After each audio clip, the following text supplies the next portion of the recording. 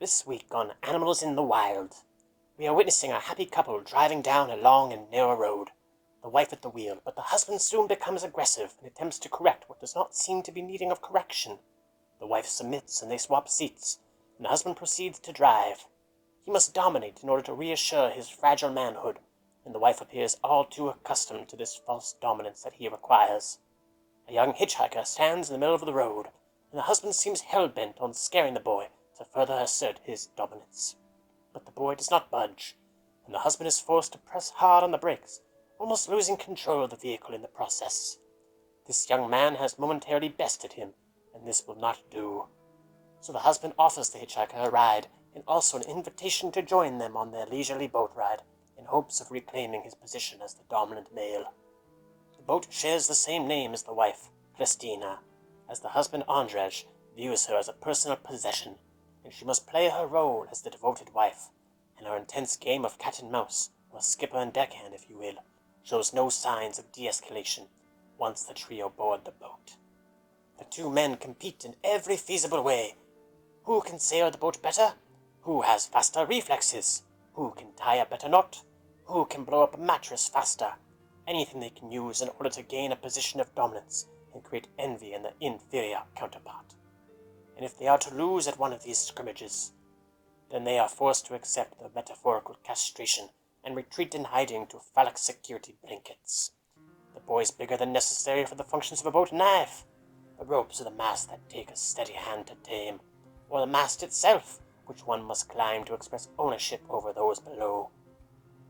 These three animals are isolated on the open waters and claustrophobically close, and a triangle of power is the only outcome. The two men must fight for their prize, the affections of the devoted wife.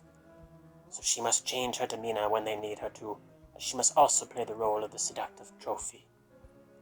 When games are no longer working to gain the attention of the indifferent Christina, the husband must belittle the boy to show his superior wit and wealth of knowledge, and deny the boy of his simple pleasures.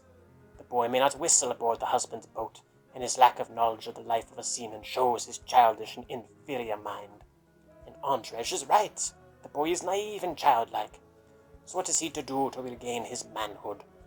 He must show his brawn by holding a scolding pot with his bare hands, or attempt to tame the ropes of the mast, ropes that the skipper could only possibly tame. But if he is to fail, it is of course not his fault, but the wives or the wind's respectively. The devoted wife and seductive mistress must take on another role, as both of these men have wounded egos. She must take on the role of the nurturing mother, by retrieving the boy's oar from the waters to return his manhood, or feeding her husband's ego about his accomplishments and abilities to tame the seas. She plays all of these roles and expects nothing in return. She truly is a remarkable specimen. The boy, however, unlike Andrzej, seems capable of putting away his toxic behavior.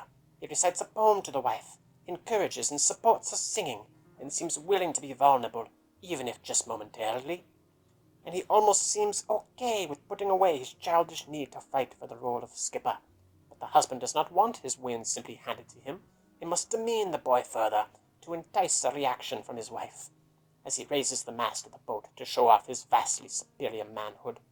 The tension erupts to its inevitable climax, as Andrzej holds the boy's knife in his hand, refusing to give it back, ultimately leading to the knife falling into the waters. The boy's manhood stolen and tossed away from him, his castration has been completed, and her husband has come out the victor. He must show his wife his strength by punching the boy as the boy cascades off the boat and into the waters, floating downstream along with his prized phallic possession. But the wife is no longer willing to wear all of her expected roles, and jumps into the water in search of the boy. But the boy has been embarrassed and emasculated, so he must hide his shame from the man who has battered him, and the husband and wife are left to believe that the boy has drowned. A rift is driven between Andrzej and his wife, as the husband attempts to throw the boy's possessions into the waters, while Christina calls him out as being a murderer and a coward. And he must demean her and call her a whore in order to feel power again. He truly is the manliest of men. The husband, unable to face his cowardice, jumps off the boat and proceeds to swim ashore, leaving Christina alone. The boy, seeing that his threatening figure has gone, returns to the boat and is scolded by Christina as a mother would her son. But unlike the husband, the boy does not demean her back, and puts on her nightgown to stay warm, detaching himself from his need to feel masculine as the two of them kiss and make love. He has claimed his reward, but its meaning seems to have changed. He has not gained her affections through games of masculinity, but rather through his vulnerabilities. Christina is reunited with her husband, whose windshield wipers have been stolen from his vehicle, his castration staring him in the face as he drives, and she challenges him on whether or not he will go to the police, as the husband is unaware of the boy's survival. The man is left at a crossroads, both in his marriage and in life. Does he drive to the police and confess to his crimes, or continue to live as a coward?